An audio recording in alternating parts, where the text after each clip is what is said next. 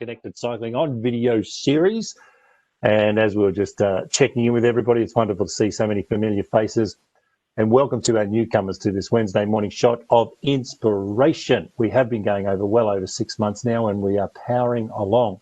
We wouldn't be here and we wouldn't be on this journey without the ongoing drive and determination of our Telstra Connected Cycling Pro team, the power behind this whole thing.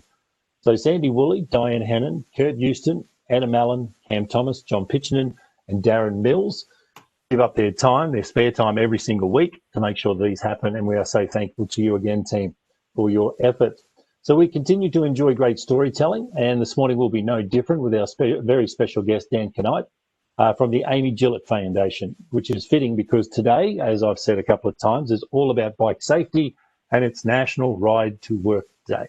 We'll be speaking to Dan shortly, but first let's get over to our Zwift riding community who are all getting ready for a start online, and our ride director, Sandy Woolley, who's always a beacon and will be a beacon online as well with his avatar, for those who are participating. And Sandy will give us some very exciting news and a great update about the Telstra Connected Cycling on video series. Sandy. Yeah, thanks, Duncan. And again, welcome everyone to Telstra Connected Cycling. And all of those newbies, we again welcome. And of course, our regulars, we've had so many of you stay with us throughout the now 29 weeks. And it's just brilliant to have your support and feedback along the way. Today's topic is not sexy. Safety is not sexy, but it's so important for all of us. While many of us are riders here today, it is really important because we all drive cars and we need to share the road. So post-COVID, we're going to see more cyclists. So it'll be great to hear from Dan about that. Now, Telstra obviously has a part to play. The tech we use to make smart cities, smart cars, that all plays into it as well. So the future is bright for safety improving in the future. Now, a little bit about our ride today. I am the beacon. I am the beacon. I encourage you to stay with me. We do have the fence up. And to make it a bit easier today, we're on a flatter course. So I do encourage you, we'll roll out really slowly. And of course, if you want to have a hit out and form a group up the front, knock your socks. But the rest of you, I encourage you to ride with me, prize at the 30-minute mark. And of course, if you feel you're dropping off the back, we've got our great sweepers to form up a group and help you along. So enjoy the ride today. Finally, in a big news, as Duncan alluded to, we are finally in a position to release our BackPedal series, which is all our back catalogue of all the great interviews and great people we've had along the way. We're delighted, of course, to kick it off with releasing the interview we did last week with Phil Liggett. And that'll be up on Facebook and LinkedIn, and you'll be able to see it on YouTube as well. But that's it from me. Enjoy the ride today. Looking forward to the chat. Dan, over to you, Duncan. Well, thanks very much, Sandy. That's awesome. And some exciting news about our YouTube and all of our past catalogue getting out there so people can enjoy that. So our guest this morning is Dan Kneipp, who's the CEO of the Amy Gillet Foundation. Now, this foundation is based on improving road safety for cyclists and has been around for 15 years and was set up after a teenager driving a car in Germany tragically took the life of Amy Gillet while she was on a training ride with the Australian team. Now, to speak about Amy and the impact of the AGF, and what it's done with cycling safety in the last 15 years. Please welcome Dan to Telstra Connected Cycling. Good morning, Dan. How are you, mate? Good, thanks. Good morning, Duncan. Good morning, everyone. I love the format of this ride. This is fantastic. Yeah, isn't it great? It's something that's organically grown. It's community-based. So, like I said, the pro team sort of had an idea about getting online and going for it. And as Sandy said, we're up to 29 weeks. We've had Olympians, we've had gold medalists, we've had politicians. Have we had politicians? No, we've had executives. Politicians, executives, kind of the same thing. And we've had many different people from many walks of life. And today being National Ride to Work Day, and the Amy Gillet Foundation, I would go so far as Dan to say that there wouldn't be too many, I guess, passionate riders who join us who don't know about the Amy Gillet Foundation. But I want to start with Amy first, if that's okay, mate, because there's a lot of people on this call who aren't riders, who aren't passionate riders. They're not in road groups, they're not in clubs and things like that, who might not know who Amy is. So why don't you give us a rundown who Amy was. She was an Olympian. She went to the 1996 Atlanta Olympic Games as a rower, switched to the bike in 2001, and by 2005 she's already in the Australian team. So talented. Yeah, an incredible athlete. To be a dual Olympian across two different sports, phenomenal. And Amy was training with the Australian team. They were over in Germany getting ready for a big race. She was up front. She was having a hard push. The driver came around the corner. This happens way too often, and this is sort of part of today's discussion around preventable crashes, preventable injuries, preventable deaths. Amy was killed. Duncan, you spoke about one of Amy's teammates, Lorena, up in Brisbane, and I met her earlier this year. Her 5 teammates, all professional athletes, just had a range of horrendous injuries that were life-changing injuries. And most people remember that. Most people, it had a huge impact on the cycling community, obviously, but a really big impact on the overall community. And that's for a range of reasons. One of the things with cycling deaths is they're drip fed to us. They happen, normally they happen around every 10 days. And I'll chat to you after around COVID and what's that meant for safety. But what happens is that it's easy to ignore. It's easy for it to seem as a road toll, and even that word toll, it's like something you'll put up with. And what we're doing at Amy Gillet Foundation is just going, this is not acceptable. This is not. These are preventable deaths and preventable crashes. And Amy's death was in 2005, and since then there's been 600 other cyclists around the country that have been killed, but there's also been 90,000 hospital beds. These are really serious injuries, and serious injuries, and it's anything from a fracture to a brain injury, but something that's life-changing. And for most of those injuries, the overwhelming majority of them, they are preventable. And that's our job. That's what Amy Gillet Foundation is trying to do, just to make it so that everyone today's cycling virtually, but when you get out on the road, and like you said, Duncan, it's ride to work day. I'm an extremely passionate cyclist. I'm a commuter cyclist, love cycling. I don't let my kids cycle, and we'll chat on that a little bit, because I don't think it's safe enough. Sometimes people don't like the Amy Gillet Foundation talking about the lack of safety, because it's a little bit like flying. The numbers relative to the numbers of participants. It's still a very safe sport, but there's a lot more we can do in Australia. So when we look at, and can everyone pick me up? Is everyone getting me at all? Okay. So as the CEO, and when you look at it, what we're doing with Amy and where the foundation is going and how it's working, you've had so many milestones in the safety area to really bring about, how can I say this? Amy's tragic passing.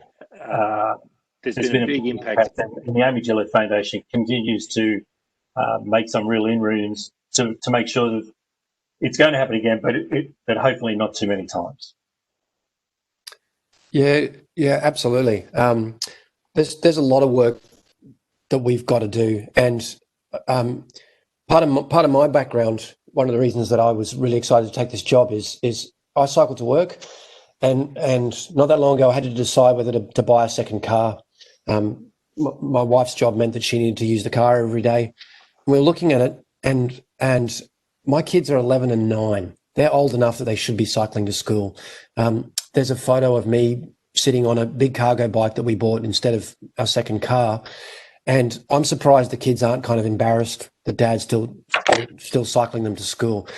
And the reason that I do cycle them to school is I just don't trust the infrastructure. You want to have roads designed that if someone makes a small mistake, whether it's a driver or a cyclist, someone should be able to make a small mistake without there being a dire consequence. And what's going to happen today is there's going to be 30 people hospitalised around the country today because someone's made a small mistake. Whether that's a driver on their phone, whether that's someone not paying attention. Oh, thanks, Anna. So there's me with my monster cargo bike. And you look at the size of my kids, they're enormous. They can cycle to school. But if most of our infrastructure, if you look at a painted line, if you make a painted line as to the way you're going to do bike infrastructure, that line doesn't stop a car. It also doesn't stop a cyclist making a mistake. If you've got an inexperienced cyclist or a wobbly cyclist like my kids, I can't take them down most of the cycling paths in Melbourne where we're based, and trust that things are going to be safe. And one of the reasons that I took this job, I grew up in country Queensland. You didn't cycle on the roads, no way. Just that would taking your life into your own hands. But you cycled everywhere else. Cycled to swimming holes. Moved down to Melbourne and cycled everywhere going to uni. Lived in Ivanhoe, cycling to Melbourne Uni. Lived in Clifton Hill, and I was what would be described as one of your fearless cyclists. Can go on most roads, fairly fast. Work took me to Amsterdam, and I went over there for 4 years and loved it. Great place to live. Came back to Melbourne, jumped on my bike, and it was the first time I was shit scared on a bike. I just could not believe that every day I was taking my life into my hands. And I'd been doing it previously, but it's all I knew. And once I'd gone and lived somewhere where I saw what cycling safety was about, I came back to Melbourne and went, oh my God, I just had no idea how often I was having these near passes.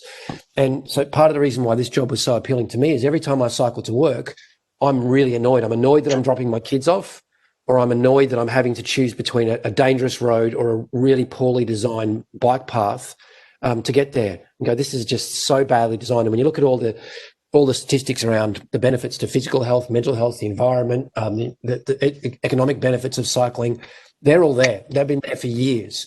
Australia just chooses not to prioritise the safety of cyclists or the participation of cyclists. So going back to your question, Duncan, there is so much we could do. We're not reinventing the wheel. We're trying to take things that have been done overseas and look at why it's not working in Australia. And we'll touch on the pandemic a little bit today. We're seeing things that normally would take a decade to be done are being done in a few months. So it's a really silver lining that's coming out of this is we're going to get some safer cycling infrastructure. Let's get to COVID in just a moment. But when you think about the things that we see growing in Australia, we've got our bike lanes growing, we've got awareness growing, the meter matters and everything like that you guys have championed all the way through. It's been a journey over the last 15 years. It hasn't been all negative. And I know you're not putting it out there that this is a negative space and things like that, but when we do talk about road safety, it's sometimes a little bit of a bubble, I think, that I ride in. And I think a lot of people on the Telstra Connected Cycling guys who ride in as well, that the road appeals to me as a man because there's a little bit of danger, a little bit of adventure, there's speed, there's camaraderie, there's community, there's tech, of course, that we love in Telstra. So, it's a bottomless pit of how much you tech your bike up and, all those sort of things that we get into with our cycling in terms of the memel brigade that I'm involved in. But there is that underlying factor, isn't it? But things are getting better. Governments are listening. But how hard is it to lobby the government for better road conditions for cyclists? Yeah, it's difficult, but it's changing quickly. And Duncan, you've touched on one of the things around cycling in Australia. It's not very safe compared to how it could be. And what it does is it chases away everyone that doesn't have the tolerance that you spoke about. Don't know if everyone's familiar with the 4 different types of cyclists, and it's research that came out of Portland quite a while ago. At one end, you've got your fearless cyclist. Any road, any time, love my cycling, I'll handle it. It's a little bit like what you said, Duncan. I'm fine with that. The next stage down, and that's about 5 to 10% of cyclists. The next stage down are the enthusiastic cyclists, and I'd put myself in that. I'll always check to see if there's an off-road option, a safer option, a separated path. And I wouldn't have done that before living in Amsterdam, but now that I've seen what that can be like. The next one down, which is the biggest group, is the nervous cyclists that a lot of people who would cycle more but just don't feel safe. And my partner fits into that perfectly. She cycled everywhere in Amsterdam, cycles nowhere in Melbourne, just does not feel safe. And there's a huge group that are there that all the research shows that they will cycle more. And we've seen that during lockdown. There's been this enormous spike in cyclists. And then the last group is the never group, that no way, no how. My mother-in-law will not get on a bike. It doesn't matter. And that's about 40% of the population. That group is actually changing thanks to e-bikes. But what we've done is for most of the infrastructure in Australia, we've made it unsafe so that the only people left are those fearless cyclists. And then what you've got in Australia is this really weird dichotomy where the media and there's a discourse around anti-cycling. It's become almost a game, and we're looking at the way we can change this, where it's okay to bash cyclists, it's okay to be really negative, and that actually has an impact. And we've seen some research on opinions and public perception and media portrayal of cyclists. And you can even link, if someone like Alan Jones was saying something negative about cyclists, we'd have the following day more close passes, more dangerous driving around it. One of the things we're trying to change, and like you said, Duncan, I suspect there's not a single person on this ride that doesn't own at least one car. And Amy Gillet Foundation is a very passionate, fanatical group of cyclists. We did a survey recently, got nearly 2,000 respondents, so it was a good number to look at it. 95% of our supporters own at least one car.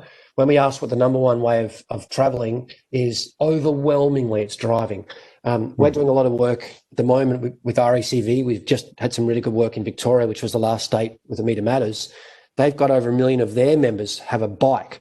So it's not this Venn diagram with a tiny crossover. It's this Venn diagram where it's almost two circles on top of each other.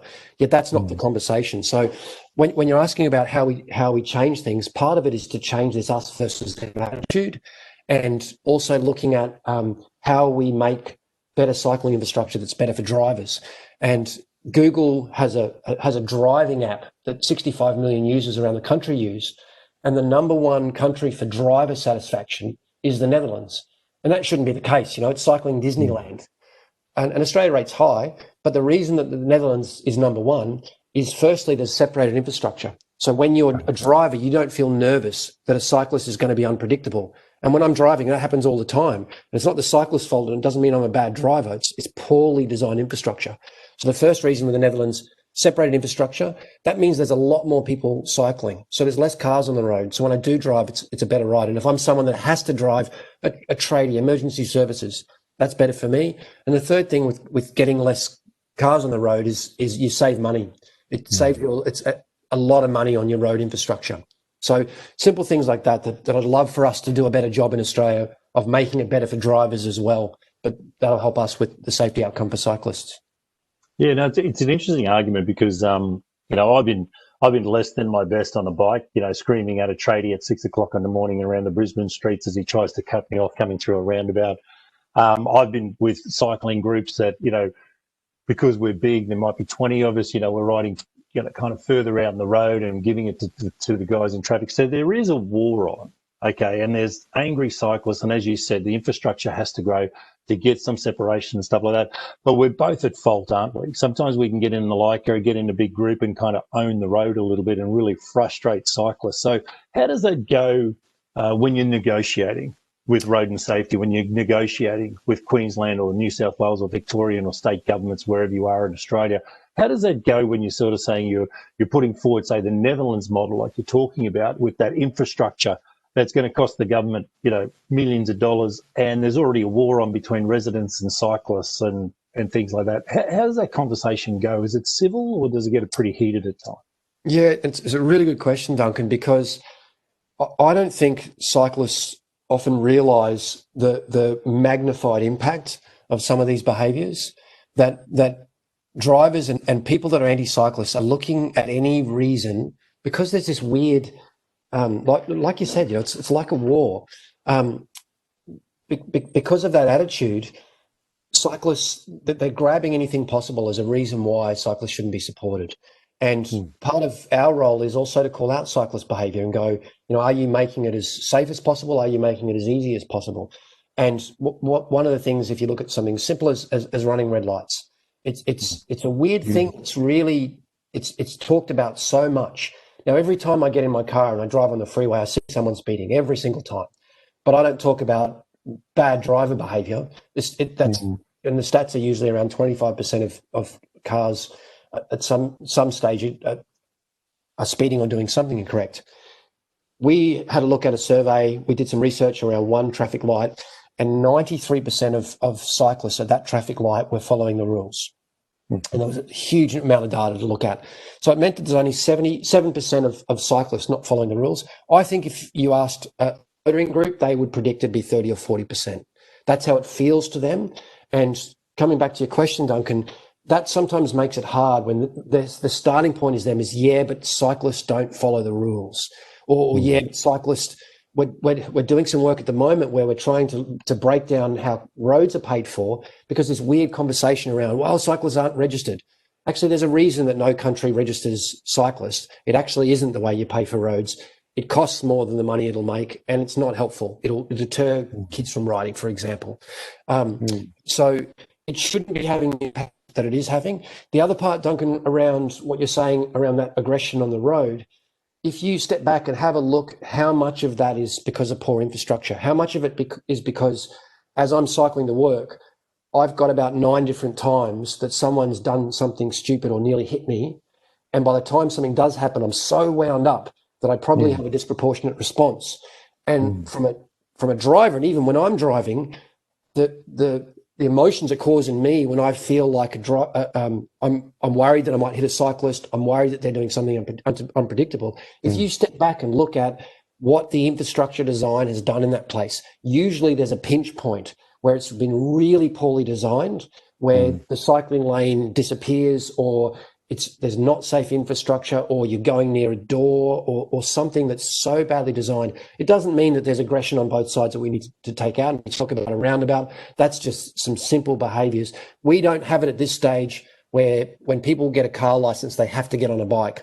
Amy Gillet Foundation does training with truck drivers, and it's from a UK-based model where we're looking at vulnerable road user training, how truck drivers can learn about how to look after bikes. And trucks, if you look at inner city Melbourne as an example, make up 4% of traffic and over 50% of the deaths. So really disproportionately killing cyclists, because if a car driver hits you going 5 kilometres an hour, you might be in hospital. If a truck hits you, you're probably going to be dead. So any crash. But part of that training we do, truck drivers have to get on bikes and they've got to cycle around a route that we've done. And they're shocked. First thing is, oh God, I haven't been on a bike since I was a kid. And second thing, when they see a truck going past them and it's close, it scares the life out of them. And they start just going, oh my God. We also did one at our Grand Fondo last year where we had a big truck and we made cyclists sit in the cabin, and then we had bikes hiding in the blind spot, and they're getting out and we've got 10 bikes in their blind spot. And so cyclists are aware as well, when you're coming up, knowing that if they can't see you and they turn left, that's when there's a lot of problems. Now, again, there should be better design to fix that, but until that happens, how we educate drivers, how we educate cyclists on the best behaviour on road, the best way to help each other. Yeah, I think our Australian cycle, and our Australian mannerisms and our personality as a nation rolls into this too, Dan. Everything that you've spoken about, I think I've been in that position before. Like I've rolled through a red light.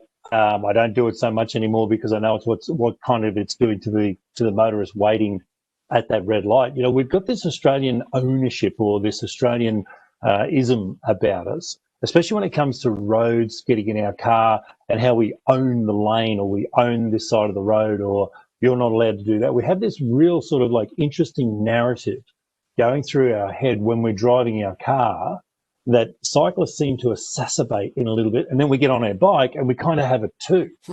So we've got two groups of people sharing the same road with this narrative in their head that they kind of own it, that maybe other nations probably don't suffer from as much as we do. But that has to roll into the conversation too. I've got a question from Steve here about registration, which I'll get to next, in terms of the comment you made about registration.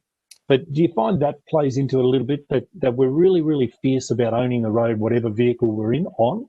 Yeah, absolutely. But I think a lot of that comes from how poorly cycling infrastructure is designed, and how we're treated like third-rate citizens when you get on your bike. So you become very protective. And I'm the same. I used to run through red lights, and you'll probably see next year us doing a much stronger campaign around following the rules. Help us. It'll make a big difference.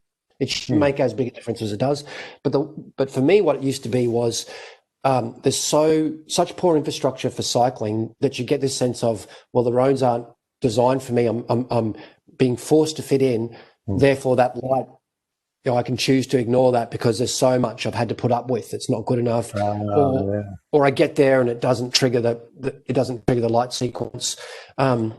Which, if it was if I think it's safe, I'm like, oh yeah, it's not hurting anyone. The hard part is it is creating a challenge. It's making it harder for us to make some changes.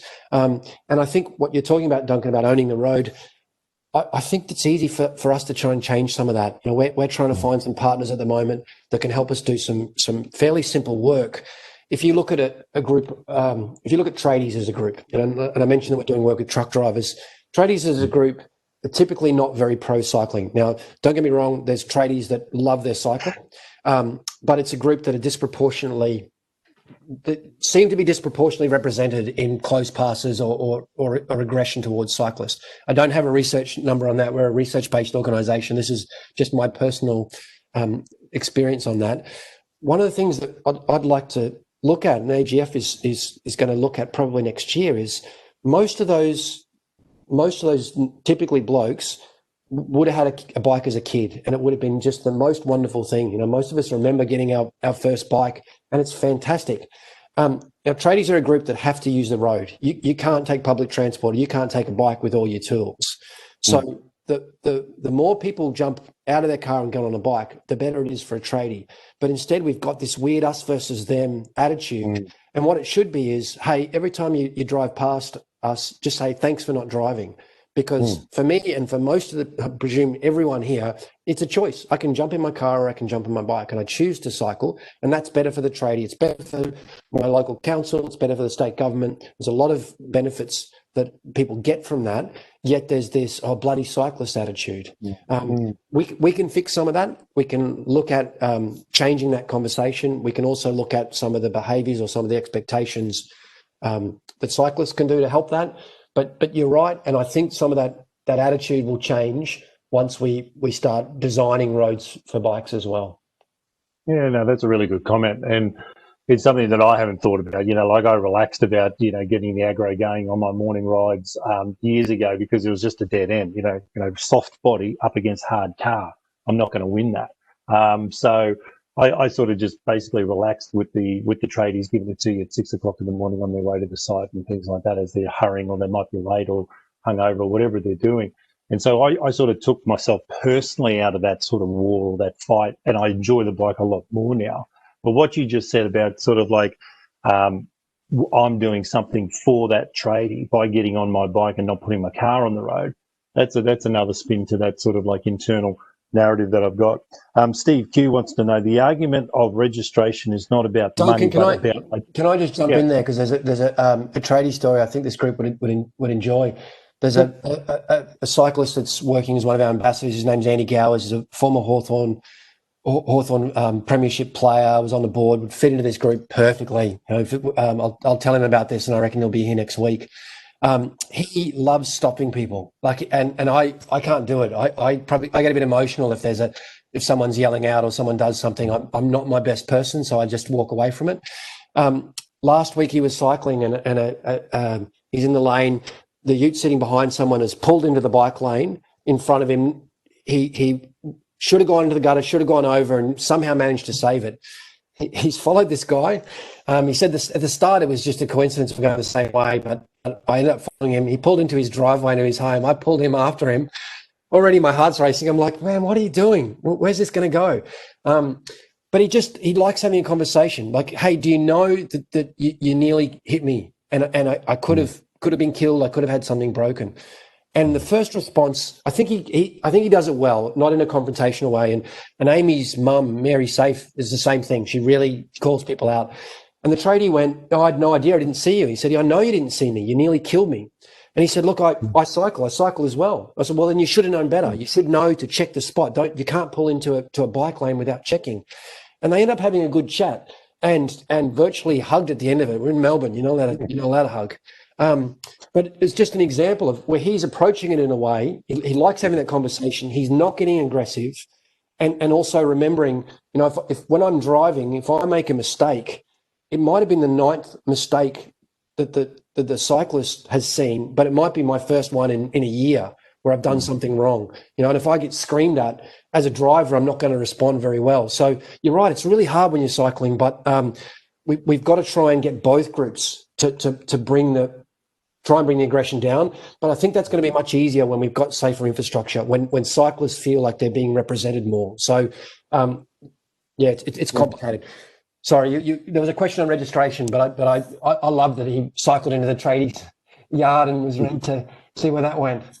Yeah, no, I'm not big on the big confrontation either, and like I've been in groups when the fighter pilots up the front of the group want to chase a tradie down for cutting us off or coming through the pack in a very, very dangerous way, and they get that aggro going and they want to chase them down the street and hoping for a red light and to really go after it and stuff like that. The thing that's really worked for me, and it might work for a few people on the call, and I might be riding with 2 or 3 blokes and someone gets stuck into us, I just give them away. And then I say this one line, I say, geez, Brisbane's such a friendly place. I know so many people in Brisbane, they're always honking their horns at me. Right? And the other part that I'd say is and that takes the gas out of it for me.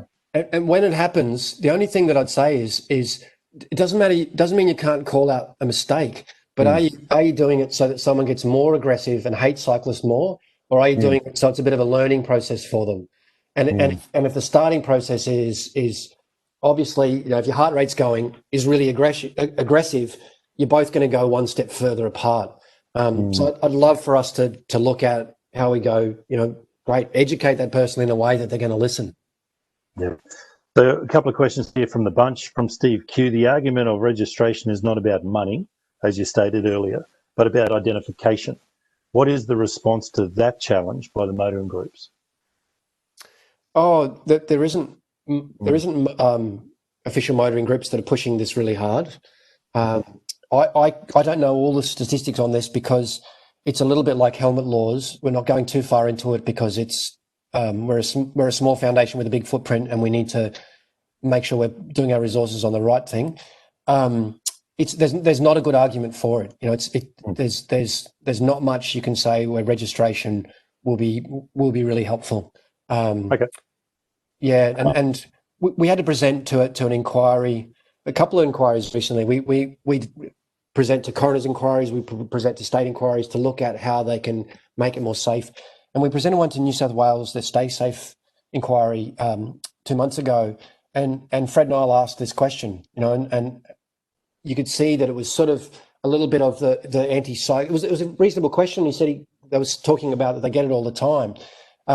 It's important just to have a good answer, to be able to go. He wasn't actually saying it to bash cyclists. He was saying it, we think, to kind of understand what's the best way to respond to this. And we're doing some work at the moment to actually look at, that statistic I spoke about around only 77% going through red lights. That identification argument is as if it's happening all the time. No, it's a tiny number. And plenty of car drivers break the law. And that doesn't mean all the public's trying to get that guy that's 5 kilometres over the speed limit on the freeway. It's a weird anti-cycling argument that, doesn't need too much work. We need to address it, but it doesn't need research into the areas. The reason why it shouldn't be done are overwhelming. Okay, so we're talking about the aggro and what we're trying to do with motorists and stuff like that. Ag wants to know, can cycling clubs help? How do cycling clubs get involved to really push the wonderful work the Amy Gillet Foundation is doing? Yeah, absolutely they can. It's some work around that attitude around the aggro, around the groups getting on. And like I said, it's not us versus them. It's the same group for a lot of it. We're going to try and create some really simple assets that cycling clubs can use. Probably won't be ready until early next year. Just how we can look at, a little bit like we said, the benefits to tradies for us cycling, how people can just be a bit nicer to each other. So we actually sent a survey out to all cycling clubs earlier this month. So if your club hasn't responded, please check your inbox or contact us. And partly that's us trying to understand some of the ways we can work better with clubs, and also to find a connection with clubs. So, there's a lot of good clubs around the country that we'd love to be working a bit closer with. Absolutely. Question from Nick Hoare. Nick wants to know, as cycling expands off-road, have you thought about whether the AGF's safety scope just sticks to the road or goes into mountain biking, cyclocross, or off-road? Yeah, it's a great question, and there's some various off-road challenges, including councils think that a shared path is a solution for cyclists, and there's a whole different range of safety challenges on shared paths. Cyclists aren't dying on shared paths. It's extremely rare for a cyclist to die on a shared path. But if I'm trying to go to work and I'm flying at a Tour de France speed, which is how I feel like I'm going, and there's someone walking their dog, there's kids meandering across a path, that's not a great combination. And it's really interesting that part of AGF's role is thinking about cars and trucks, these extremely heavy vehicles that we are forced to share the road with. Once you move to a shared path, we become the car or the truck. We are the faster, heavier vehicle that if there's a collision, if there's a crash, will come off better typically. And there's quite a lot of safety ramifications and things that need to be done around that. Around the question around mountain biking, at the moment, no is the answer. We are focusing on-road safety, and partly because that's the biggest problem. That's where somewhere around 10,000 cyclists will be hospitalized this year because of an on-road crash. That's not to say there's not plenty of other safety issues that need to be dealt with, but that's where our focus is. Interesting. Now, the Amy Gillet Foundation is not just about road safety and everything. That's a major part of what you do, but you also, in memory of Amy, you set up a scholarship for a young up-and-coming cyclist to hopefully help her live her dreams like Amy's dream, becoming a pro cyclist out there. Tell us a little bit about that, because Ag, who's one of our great audience members here and great supporters of Telstra Connected Cycling, I think your latest scholarship holder is actually from his club in Melbourne. Yeah, Sarah Giganti. She's fantastic. And the scholarship program has been going for, I think, about 12 years. And yeah, exactly like you said, finding an up-and-coming cyclist, someone who needs some money, it's a tough slog for young pros, even tougher for young female pros. And so to be able to help them with some funding, it's something we're really proud of. It links in with our history. We were started by the elite women's team being in a preventable crash, and so it's really nice to be able to help out in that way. We're supposed to be holding our Grand Fondo next month in a couple of weeks, and it would have been fantastic to see Sarah out on the Great Ocean Road. There's no road racing in Victoria in a couple of weeks, but we're doing a Zwift ride. So there'll be a virtual ride on November 1st. There's a 50K version, but we've also got our Grand Fondo, which will be 107K this year. So we would love to see a lot of this group, if you could consider joining us. And Duncan, I haven't had a chance to ask you, but if you and Sandy and Di could do some hosting for that event, if there's any chance you can join us for the ride, but at least do a bit of emceeing for what's a fair amount of time on the bike. That's very slick. In front of all our audience, you've just put the bite on us. That was very slick, Dan. I liked it a lot. Hey, listen. Well, Matt Keenan's the other person, and I only ask Tour de France quality commentators. So keep laying it on, mate. Flattery will get you everywhere, I'm telling you. So just before we get into the Zwift component that you've had success, so let's talk about your signature events, because your Grand Fondo was part of the UCI qualification as well.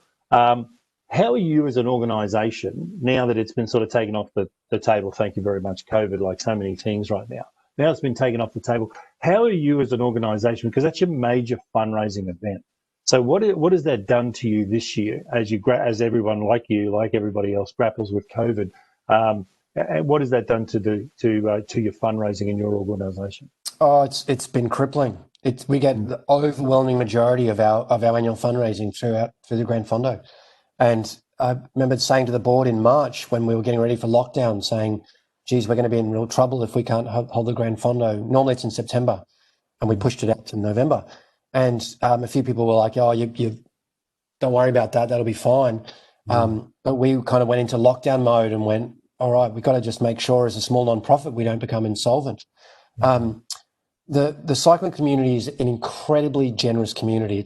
I worked in mental health before AGF, and there's so many charities like mental health, like cancer, that use bike rides as their fundraising vehicle, pardon the pun, because the cycling community is such a generous community. And it's really interesting that we've had to kind of knock on a few more doors, but we're trying to talk to a few more cyclists and say, it's such a generous community. Don't forget to look after your own backyard. If you've got a chance, chat to us around some of the work we're doing and how we're trying to make it safer, because we talked about COVID. We think the next 6 months we can do more than what's been achieved in the last 20 years. And for some of this, you actually just need someone to help out with a small amount of funding to do a project.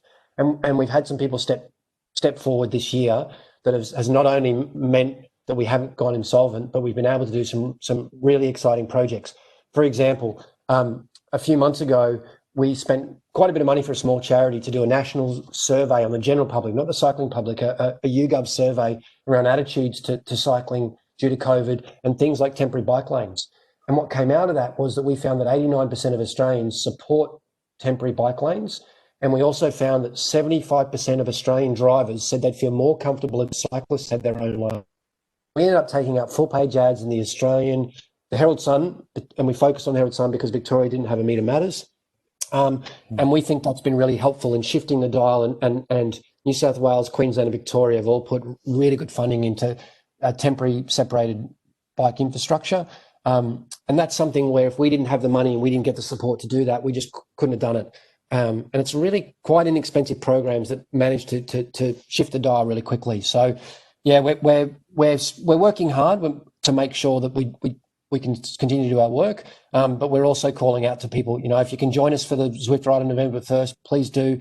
We're asking people to fundraise, and we're also trying to identify people that want to know a little bit more about what we're doing and how they can help. Because when you get that right connection, when you get someone who has the capacity to help, is passionate about cycling, and can see some of the things that we're trying to do, it's wonderful, and it's really exciting.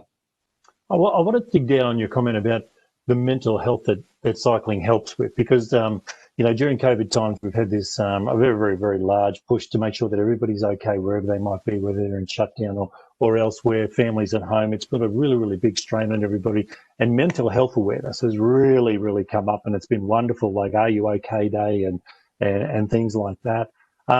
Cycling plays a big part in that. Can you talk a little bit about your own sort of like touch on mental health and where cycling really helped you out after your bout with cancer and things like that personally, and then just speak about a little bit about the statistics about cycling and what it does to mental health for people? Yeah, I can't. This is a good group to be chatting to, but I can't overstate how important it is. And I'll chat briefly on my personal experience. I was working at Essendon Football Club, and I started just after the drug scandal began. And if you're not from Victoria, you would have heard about it. But if you're in Victoria, it was like the Queen had been killed by the Prime Minister. It was front back page news every single day. You go to work and there's a TV crew went on for years. And so that was a really interesting place to work during that process. And while I was there at Essendon, I got diagnosed with the earliest stage bowel cancer. And I remember when I was a kid, you used to call it the C word. You'd kind of whisper cancer. It was almost like a dirty word. And that's changed incredibly. There's a lot that's been done, that people are aware of it. There's amazing events to fundraise for cancer. And I got up at a staff meeting at Essendon, and I said, look, I've been diagnosed with this cancer. I've got some pretty intense surgery. I'm going to be off work for about 6 weeks. And I literally got pat on the back, because people know how to respond to cancer. They know how to talk about it. And I went through this process, and at the end of it, I had some pretty horrific depression. Now, the cancer might have been the very last thing that put me over the edge, but I hadn't dealt with depression before, or I wasn't aware of it, and it was really easy for me to put my hand up to talk about cancer, and I couldn't talk at Essendon about the depression I was going through. for a range of reasons. I didn't feel it was safe. I didn't know how to talk about it. I was worried that the CEO was going to think that that was going to limit my ability to work. And going through that process helped me move to the next job. And I ended up going and working for a mental health organization, which I never would have done. But it was really interesting going through that process of dealing with my own challenges. And then once I got there, I was dealing with all these sort of 20-year-olds that were really open about talking about it. And I was on the executive team of an organization called Origin Youth Health, about 500 staff. The Origin started all the headspace centres around Australia and 100 centres around the country. So really big footprint. And I was working with all these teenagers whose job was to really open about talking about their mental health. And I started getting better about talking about it. And I'd go into a lot of board meetings, and I'd end up sitting with a CEO, and it'd just be the two of us left. And everyone has a story about mental health, just don't know how to talk about it. Or it's a bit like cancer used to be. It's the C word, you whisper it. And it's becoming easier to chat about. Now, when I was working at a mental health organization, I started to learn about the value of sport, the value of exercise. And I used to be a professional squash coach, and sport was my life. I made the state athletics team when I was in high school. It really defined me. I coached my brother to a Commonwealth Games gold and bronze medal. So sport was everything. What I didn't realize is sport was all about my mental health. It was what I needed. It helped for my connections. And when I worked at this mental health organization, I started learning the measurable help that sport has, that exercise has for your mental health. And just to give you a few examples, if you do some daily exercise like cycle to work or walk to school, one of those two things, it can be measured that the outcome is comparable to taking an antidepressant. So just really simple exercise. So we started doing some work around that, and I helped fund a pilot project where when a teenager walked into our mental health clinic, they had to work with an exercise physiologist, and that was built into what they were doing. And straight away, you saw better outcomes. There's some antipsychosis medication that the average side effect is a 14-kilo weight gain within 4 to 6 months. Can you imagine being a teenager, an anxiety-driven teenager dealing with all the crap you've got to deal with as a teenager, and suddenly you got a 14-kilo weight gain? I just can't get my head around that. So what I started to see was just the value of sport. And for me, that ended up coming back to me cycling to work. And I'm working at this mental health organization. I'm helping fund all these projects around the value of sport. And I'd have really tough days where I didn't want to get out of bed, didn't want to talk to anyone, just felt shitty. And all right, drag yourself out of bed. I got to go to work. I don't want to cycle. I'll take the car. I'll take the train. I don't want to cycle. I just don't feel like it.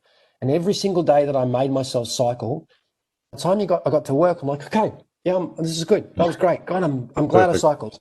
Every single time without fail. And I'd always feel like I don't want to do it. God damn it, it's stupid. I don't want to ride. Oh, it might be raining. And I'd get there and you can measure my mood. Like the difference is so huge. Now, there's so much research showing that value. And that for me was just the most valuable thing. And then I touched on before, how cycling to work, I get really annoyed around some of the danger. That's part of my journey to moving to AGF, that I've seen firsthand the mental health benefits. Every day I'll benefit if I just simply cycle to work. If I'm feeling really bad, I need to get on my bike or go for a run, but cycling to work is the daily incidental exercise. And there's savings every time someone does that. But we kind of ignore all that, in the why should we look after cyclists? But that mental health element, it's just huge. Absolutely. Great share, mate. Thank you very much for that, for telling us all about that. And we can hear that your passion about that, the mental health and wellbeing through exercise and cycling. Tim P's got a question here from the bunch. We all need to be really alert as Melbourne comes out of lockdown, as there are a lot of kids riding and who will be riding who've hardly seen a car for 7 months and forget to check before shooting across the intersections and onto the street and things like that. Is there anything that you're doing in the immediate in terms of the Victorian lockdown? And I want to talk to you about your Zwift rides coming up next. Yeah, it's a really good question. And I spoke before about those 4 different types of cyclists and the really big group that we know would cycle more. What we've seen in COVID is that group did cycle. there was over a doubling of the number of people cycling around the country. And typically, an average month before COVID, there's around 4 million people cycling. Extraordinary numbers. You pick any sport, you pick AFL or NRL or netball, they'd love to have 4 million people participating. So it's really strange that we don't have a stronger voice, considering the numbers there. But during lockdown around the country, there's around 8 million. And we were talking to the federal government exactly around that great question, that what we were going to see is coming out of lockdown, we're going to see a lot of people avoiding public transport. And two things would happen. You'd have a lot more people on their cars, which is a terrible outcome for people that have to drive. And you'd have a lot more people cycling. And you'd have a lot of inexperienced cyclists wobbling on the road. And that's just going to lead to preventable crashes, filling up our hospital beds. And when you're dealing with a crisis, a pandemic where you need hospital beds, you don't want someone wasting a bed with a broken elbow because they've been hit. So we've been talking about this since back in March. The solution, the short-term solution is separated lanes. It's creating a lane where there's a physical barrier. And again, coming back to what I said earlier, you should be able to make a mistake on the road and not cause that crash. So that's the first part we're doing. You're talking about Ride to Work Day, looking at kids should be able to cycle to school. We should have infrastructure that's safe enough for kids to just cycle to school. We don't think any state government or the federal government's moving quick enough, and we're trying to put pressure on them. The priorities if you look at Brisbane, Sydney and Melbourne, Sydney was doing the most, Brisbane and Melbourne are catching up for creating kilometres of separated lanes. The biggest priority around that is commute to work, which is good. That needs to happen. It doesn't help kids cycling to school. So we're really pleased to see that start, but it also needs to be in the neighbourhood. And if you look, most of the cities, take Melbourne, for example, over 50% of the car trips in Melbourne are less than 5 kilometres. And I suspect most of the people in this group drive down to shops. Even fanatical cyclists drive down to the shops because the infrastructure isn't good enough to just go, it's much easier if I just jump on the bike. So that's the long-winded way of me saying I completely agree. It's a really good question. We can change it in about 6 to 12 months. We can change it really quickly due to COVID. They're not prioritising the local neighbourhoods. The priority is on those commuter routes, which is really valuable, but it does need to be both. And we think the opportunity is now. If COVID wasn't happening, it'd probably take us 5 to 10 years, and we will work on that. But we're really trying to make it happen quickly. And the way it happens is, firstly, money, funding to do it, but it's a really inexpensive way of doing it. And the second is attitudes. So we're in the process of going out. We've just gone out to all the councils in Australia with a survey to understand some of their concerns. What are they worried about? We've also going out to traders associations. And when we started talking to traders associations, 70% of them think that if they lose parking in front of their shop, they're going to have a decline in sales. And so they're the ones that are talking incredibly strongly to the councils to say this shouldn't happen. But when this has gone on overseas, they've actually seen an increase. It's actually positive. But they're very emotional and very worried. And if you're a trader and you've just had months of lockdown or months of restriction, the last thing you want is someone to come and say, I'm also going to make it harder for people to park in front of you. I completely understand that they're going to be freaked out about that. We want to try and talk to them about you should see an uptake. And if we thought that this was going to end in less money for you, we wouldn't be supporting it in this environment.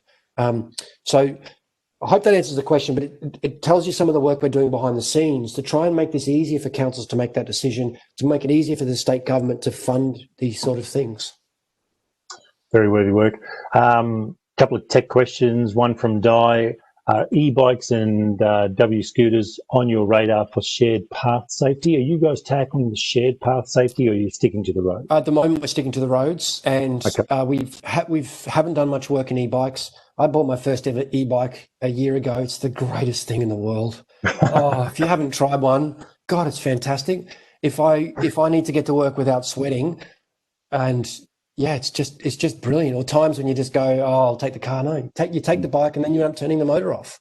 Nice. Nice. All the purists are like, oh no, I like jumping to that point. Anyway, tech question. And you guys saw the size of my bike. It's really funny, that attitude where you hear people say you're cheating.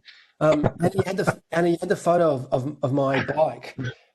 So I'll use the motor going to work, and it's about 13 k's from my house to the office. I'll use the motor on a light help going to work, and I'll try and come back without using the motor. That bike weighs 51 kilos. Even when I'm using the motor, I'm still working harder than everyone that's going past me. It's a monster. It's a beast. And I'm not racing anyone is the other one. So yeah. This thing here, without the kids on, it's 51 kilos. And then once you add them, man, I'm working really hard. But it's fantastic. Duncan, we were talking about COVID before, and there was a really good question around kids. I do want to throw in some stats, and we also want to be really positive about cycling, and we want to make it much easier. But part of that, the way we'll get a lot more people cycling is to make it safer. And during lockdown, there's been a big drop in transport deaths around the country. It's been fantastic. And University of New South Wales looked at the last 4 months, 5-year average compared to the last 4 months. And driver deaths were down 14%. Passenger deaths were down 20%. Pedestrian deaths were down 24%. Motorcycle deaths, all of them were down. The one deaths that weren't down were cyclist deaths, which were up 70%, 70. Across the year, it's been a 50% increase. Now, there's two reasons we think this is happening. The increase in participation and also the increase in speeding. People will speed their car. People will speed when they can. So if you're stuck in gridlock, you're going slow. But if there's not many cars, people will go faster. And that means that when there's a higher speed impact, it's more likely to be death. So we're talking about this because change needs to be made, and it's simple government funding and infrastructure that will make a difference. So just part of our work is to stop that happening. Yeah, it's incredible. Those statistics are really, really quite profound, aren't they? Hey, we're getting close to wrapping up, guys. I know the Zwift Prize is at an end. We've only got about 7 minutes to go. Hamish Matheson is going to give us our voice from the bunch in a moment. There's a lot of questions for Dan, of course, because cycling safety and our experiences are just so top of mind right now, especially with all our families and so much information that Dan has shared with us this morning that the Amy Gillet Foundation is doing and is going to continue to do. Quickly, mate, the Zwift Ride, how do we all get on that? It's coming up in November, so give us the date. Tell us where we can all plug in and where I'm going to be hosting. Yeah, it's November 1st. And if you go through our website, there's a simple Zwift link. But I'll see what we can do if we can make it so that it's free for the Telstra Ride Group. And if you've got a Zwift bike and you've got the software, the main thing is we'd love people to come and participate. We're obviously trying to get people to fundraise and identify people who can help us as well. But it's also a really good connection. The other element to that is, I don't know if this group has seen, but Victoria has just secured the 2025 UCI World Championships. So the road that's going to be held on hasn't been announced yet. I suspect it's going to be on a really high-profile, really beautiful road that already holds a Gran Fondo, which would be the Great Ocean Road where Amy's Gran Fondo is, hopefully. That hasn't been announced yet, but what it means is hopefully we can get a lot of people that are on this virtual ride joining us on November 1st. But if you haven't done the Great Ocean Road, please come and join us next year. And I also really want to quickly mention Amita Matters was just passed in Victoria. If you're from other states, and Duncan in Queensland, you guys did it years and years ago. That's been Amy Gillet Foundation's work for over a decade, and so many people have helped. So if you're someone on this ride that's helped us in some way, we've got a lot of people to thank. And it's exciting that Victoria finally came to the party and now it's a national law. Okay, wonderful news. Now, just want to call out one more comment from the bunch before going over to Hayne. So this is from Jake, and he wanted to say, Dan, I'm a bowel cancer survivor, 20 months on, diagnosed when I was 39. Your story brought tears to my eyes. It was like you were telling my story. I got comfortable talking about the cancer, but it took me COVID for me to be even acknowledge my depression afterwards. It's given me some motivation to keep going. So thanks. Oh, good. So well done, mate. Can I really quickly add to that? When I was working at Origin, we ended up working with a children's cancer foundation. It was a teenage cancer foundation because teenage cancer is actually extremely rare. It's a very, very rare disease. We were seeing more people per month come through with severe mental health problems than they saw in a year around teenage cancer. And what they were seeing was they would get so much good work was being done, but nothing was being done on the mental health of these poor teenage kids going through cancer. And they were finally starting to see this is actually a bigger problem than the cancer. So, yeah, thanks for sharing that story. Yeah, no worries. Thanks, Jake. Now, our voice from the bunch is Hamish Matheson. Hamish, you're off mute. Hit it, buddy. Very good. You can hear me okay? We can. Perfect. All right, thanks, Duncan. Huge thank you as well, Dan. The passion clearly comes through, so thank you for all the work that you do for cyclists, but everyone in general, and the comments around mental health are quite strong. So my name's Hamish Matheson. I'm the Managing Director of Karcher Australia and New Zealand. So most know Karcher from the yellow high pressure washers you might have in your garden, or maybe window vacs, but we remain proudly family owned and German, and make all sorts of cleaning equipment, from the machines that might clean your local Coles supermarket to the machines that clean the Linfox road trains that run out of the mine. So thanks for the opportunity. So on behalf of the bunch, there's a little rattling going on behind me. My daughter's making her lunch, which is part of being in Victoria and working from home, which is good.